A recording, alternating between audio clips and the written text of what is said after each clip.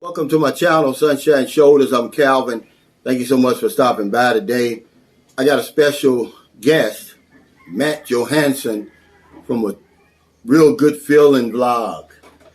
But before we get started, let me welcome my viewers and subscribers. Thank you so much for your kindness, your generosity, and your support of my channel. It's truly been amazing. I never take that for granted. I want to thank you, Matt, for stopping by. You know, I always like to get a different perspective and give it to my viewers, not just for me. They hear my views all the time. Yeah. So whenever I meet an expat, I always try to interview them, let you introduce yourself. If you got a channel. How long have you been here in the Philippines? I arrived 9 weeks ago. 9 weeks ago. Yeah. So welcome to the Philippines. Thank you. He stopped by here, and he's actually the second person to stay in the guest house. How's the guest house? It's totally perfect. It Is is. it? Yeah, it is. Bed is comfy, shower is good, climate is good. So, Yeah. Well, right now we're in the middle of a brownout, and he just was asking me about brownouts yesterday. Yeah. But I don't think this is going to last long because we get one about every 2 or 3 months here. We got that big solar farm up the street. Yeah. I want to give a shout out also, because I would be remiss if I didn't, to Sir Jules Ledesma. I told y'all about my run-in with immigration.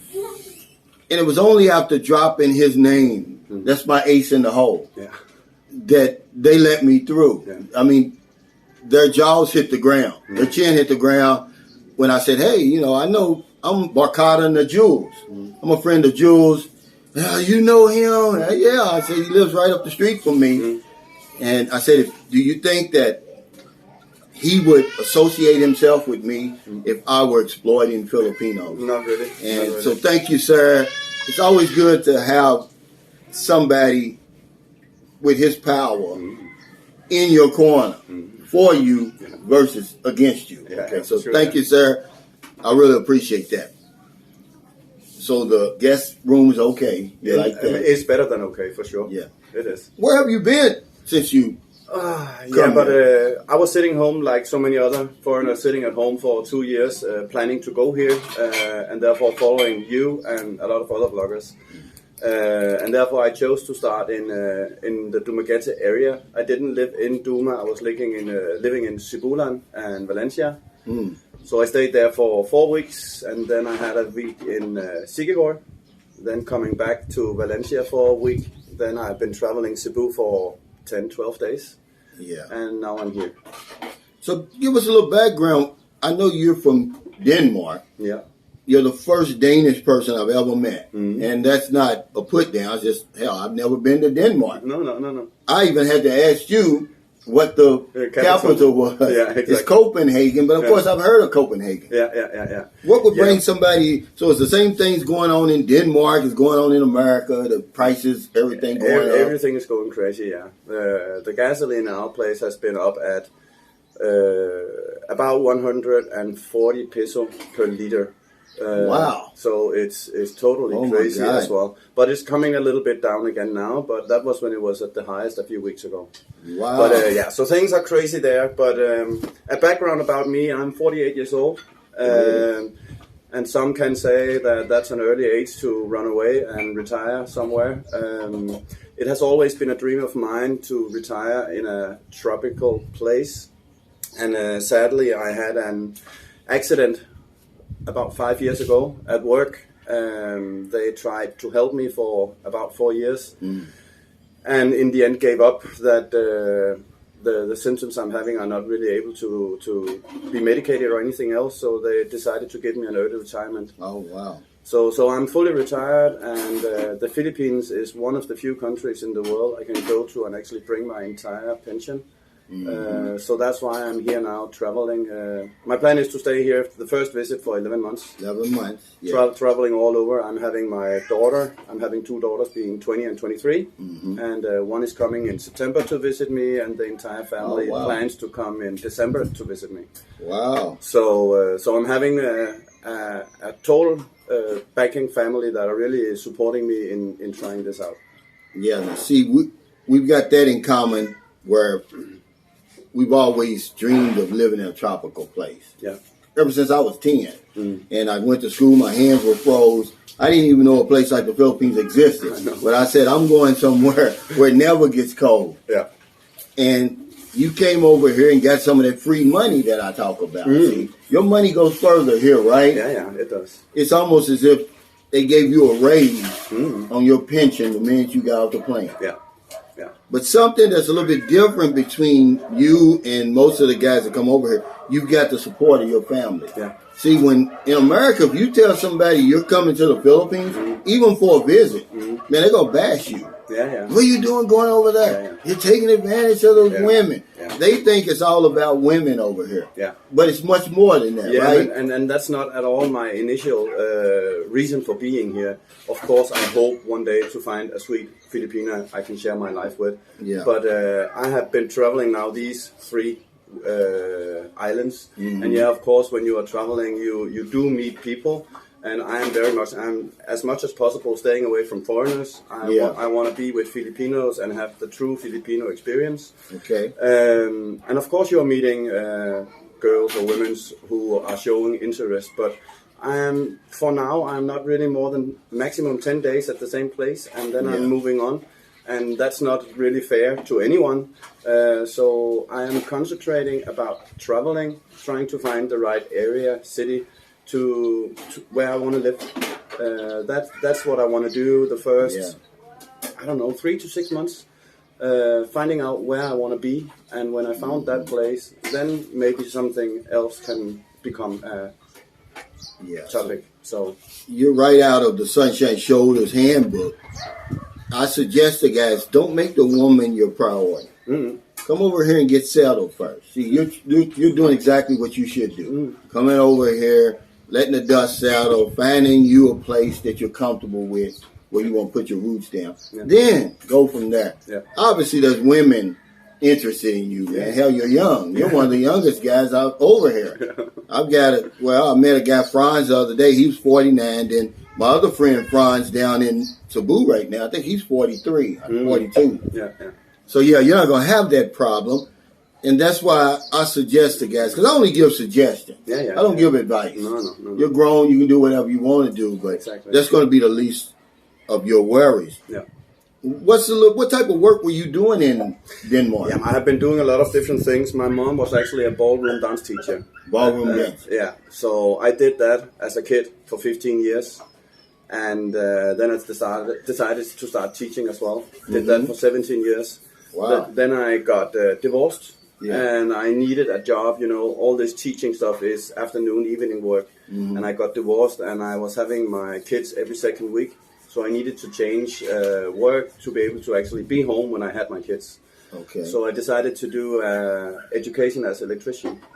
And then I was working solely as electrician. That's where you got hurt. And that was where I had my injury. It's dangerous work. Yeah, it is. I was at a place where a lot of shitty things happened, but it was a short circuit where you are fried if you're getting electrocuted by 50 amps, and I made a short circuit of 2 times 300 amps. Wow. And of course I didn't touch directly because then I wouldn't be here. That's right. But I got the entire explosion and landed 5 meters away. And, got a lot of burns and stuff like that.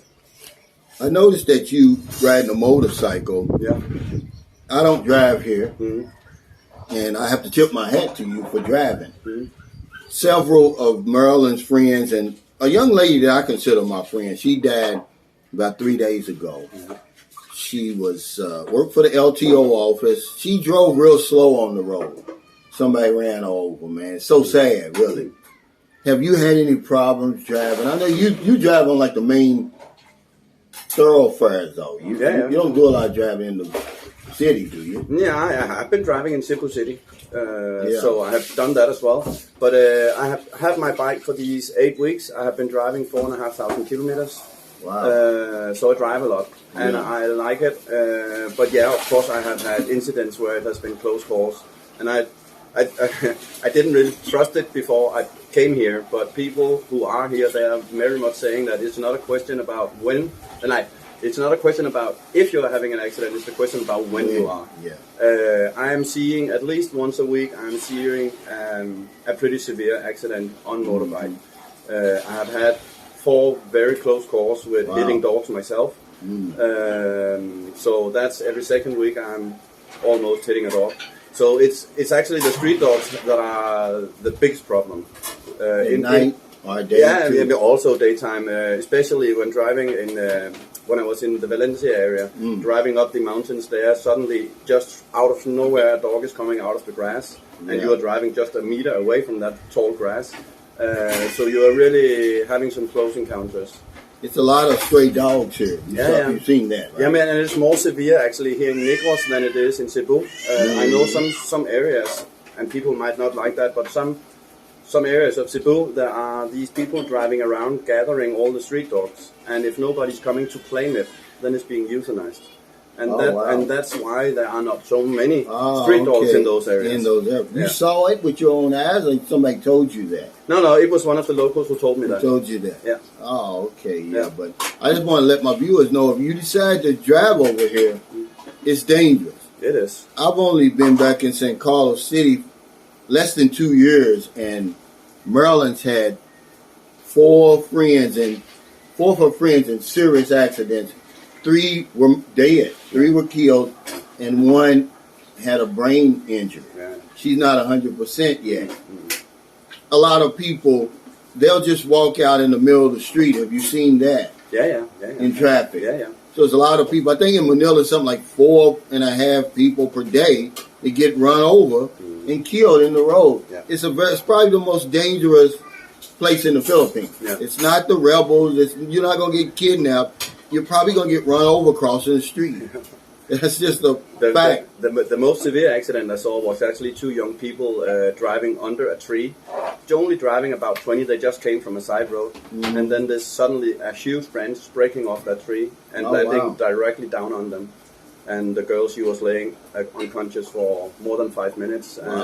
So that was pretty ugly as well. So a lot of stuff is happening. Tell us a little bit about your channel. I know you just made a channel, and he's unique in this way.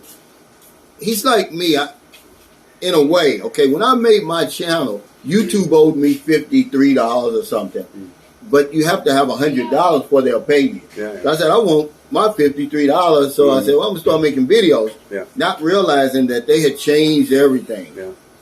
And you have to have 1,000 subscribers, 4,000 watch time hours. But really, I didn't start it for money. You either. You said you wanted something to do. My channel is, and it will change, but for now my channel is about just where I'm going, traveling, what I'm doing. I am staying as much as possible away from all the big touristic places, because, and that's some of the issues I'm having. I'm not functioning too well with too many people at the same time. So therefore I'm very much being in the province and going to maybe small local waterfalls, small rivers, and just showing what I'm doing and what I'm experiencing on my travel. Well, before you leave this area, I'm going to suggest if you go up this main road here, this is Eco Highway, you go there maybe 25, 30 minutes up that mountain, there's a beautiful waterfall. And you you fly a drone. You probably can get some great footage. It's about, I'd say, 150 to 200 feet high. It's an amazing, if you can see it from the road, imagine where you can see it up close. Yeah, of course, I'm going to do that for sure. I noticed you went to Malbois, which we went, and how'd you like that place? Yeah, man, I actually, it's having its upsides and downsides. The thing I like a lot about it is that it's having very much a provincial feeling. The city of Malbois is really, if you drive through it, it's done in 3 or 4 minutes. And the entire area, when you're getting out close to the beach, is really, really provincial, and I like that a lot. But again, when you're being in a place being that provincial, if you need something very specific, it can be impossible to find what you need. But I liked it a lot. A lot of lovely people. I got a bunch of friends there already. A thing that surprised me, because I'm used to being here in Negros, it's mainly Americans I'm meeting, maybe some Canadians and a few Europeans. But Malbois, I was meeting like 90% was Europeans. So that was, and that surprised me. I didn't know that. Well, same thing is if you go to Sikihor, which you've been to Sikihor. Yeah. Same thing. Mm-hmm. Mostly Europeans there. Yeah. Because Europeans are different than Americans. Europeans, they'll travel with their wife and their family. Yeah. They'll come all the way over here and bring their wife. Mm-hmm. And I found that kind of interesting to me.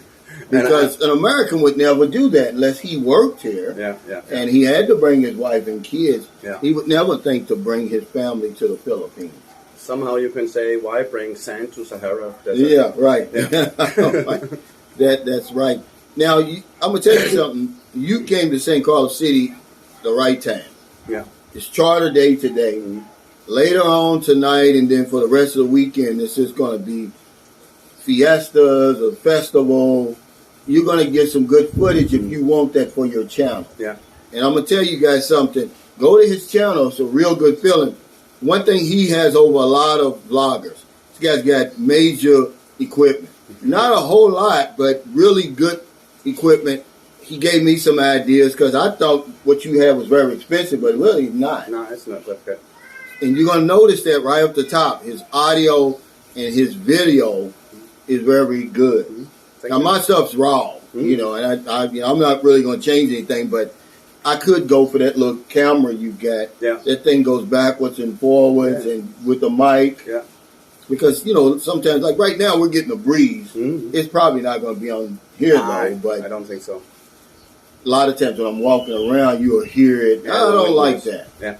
But with that little camera you got, it will be good.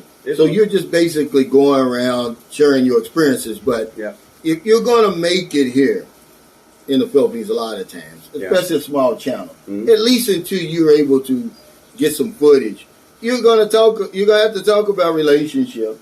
Yeah. Which right now you're staying away from. Yeah, I am. You're going to have to talk about that kind of stuff because that's most of your viewers. I am having opinions. If you know, because I'm spending so much time with Filipinas, I'm really getting some background info of what, because you see a lot of bloggers are talking about all the red flags about Filipinas, but talking a lot with Filipinas, you are hearing all their negative, because there are for sure negative experiences they have had with foreigners. Absolutely.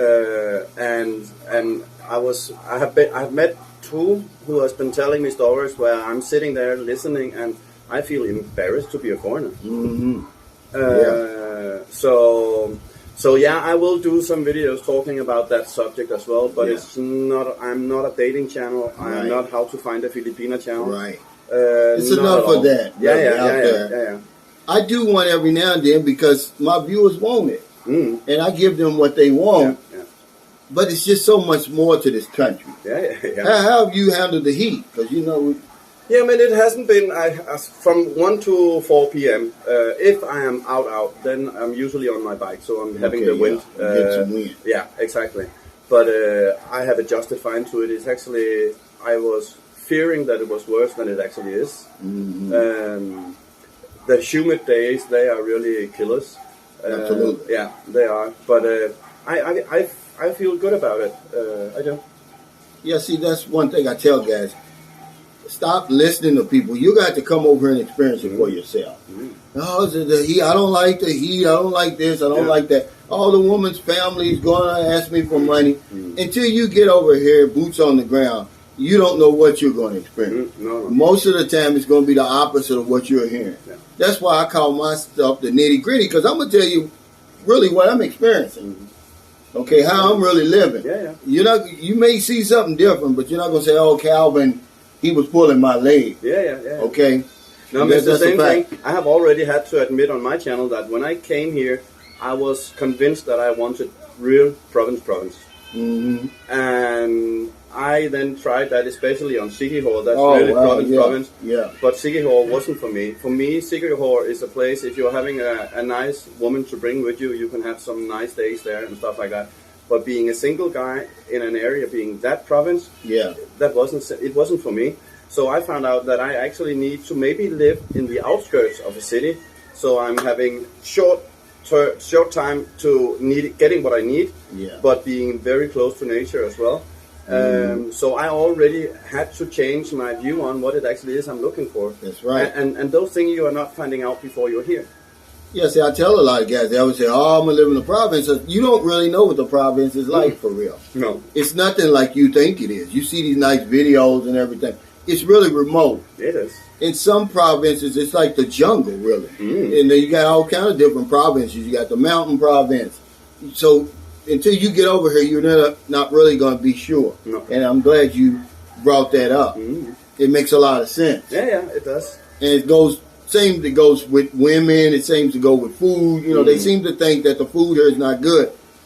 Either you were hungry last night or that food was good. Yeah, it was because really you good. ate it all. Yeah, I did. I took him to Malwani yesterday, and he had the chicken pesto. Yeah.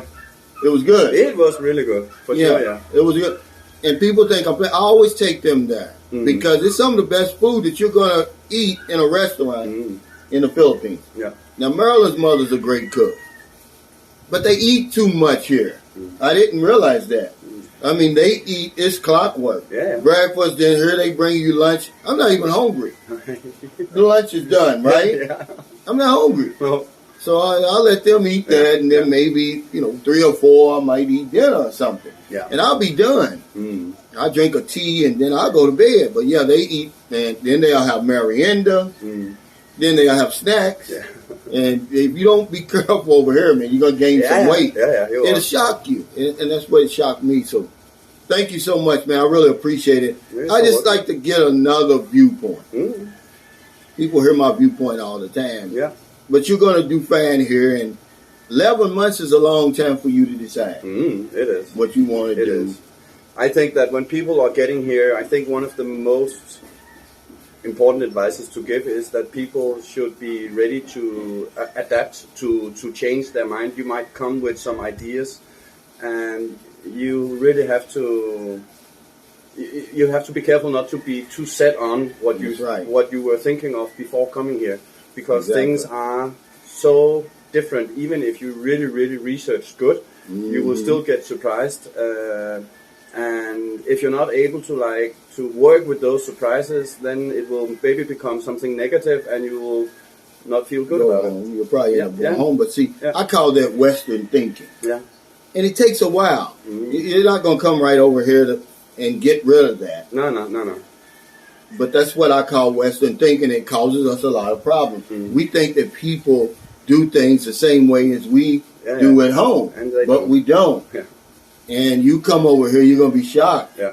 You're going to be like, especially when it comes to relationships. We were talking about this a little bit last night. Yeah. The Filipina needs you to be the man of the house. There's a clear, defined line here. Where you from, where I'm from, the line is blurred. Yeah. Okay? Yeah. So if you let the line be blurred with the Filipinos, you're going to have problems. Yeah. You let her run wild over here, you can't put that butterfly back in the jar. I'm sorry. Yeah. Okay? Yeah. But this is her turf. This is her culture. Yeah. And if you can come over here and step into that culture, just that at the beginning, you're going to be fine. But if you bring that Western thinking, I'm going to treat her the way I treated my woman back at home, you're going to have trouble. I'm telling you that. Yeah. And that's not, we didn't make the rules. No. Okay? She's used to the man being in control. Yeah. Even though when you come over here, you're going to see that the Filipino runs everything. You go to the bank, she's the manager. You go to the department store, she's the department head. They run everything over here. But at the home, it's the man. He runs the house. Yeah. But thank y'all so much, and thank you. Check out A Real Good Feeling. You're going to like his channel. It's different. Hold on to that niche. And I do. See, that's what you want. Yeah.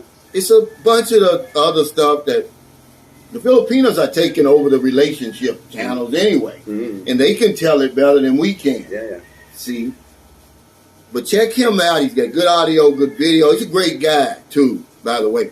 And I was telling Marilyn, I tell anybody here, they say, aren't you worried about the people that's going to come? I don't attract people like that. I attract people like Matt. Good people that I can trust. He's not going to come in my house and rape and rob us or anything like that, see. Not really on my schedule. Yeah, not on the schedule. But thank you so much for stopping by. I really appreciate it. If you're in America, you already sleep, so I'm going to talk to your subconscious man. When you get up, you're going to work, you're going to the gym, get a cup of coffee or newspaper, and you see somebody out in the street or wherever you see them. Buy them something to eat, buy them something to drink, give them a few dollars. In the Philippines, what is it, about 2 o'clock, I guess? That's not that. It's about 2 p.m. We still got the rest of the day to find somebody to help. There's not a day goes by I don't help somebody over here. Tonight we're going to have our 1,000 peso pandemic giveaway drawing. We've been doing it ever since I started my channel, August 2020. It's going to help somebody. I let the spin wheel determine the winner. It never goes wrong. Because if I don't know anything else, I know this one thing for sure. When we help other people, we help ourselves. Take care. Stay safe. Stay COVID free. I'll see you next time. Wave to them, man.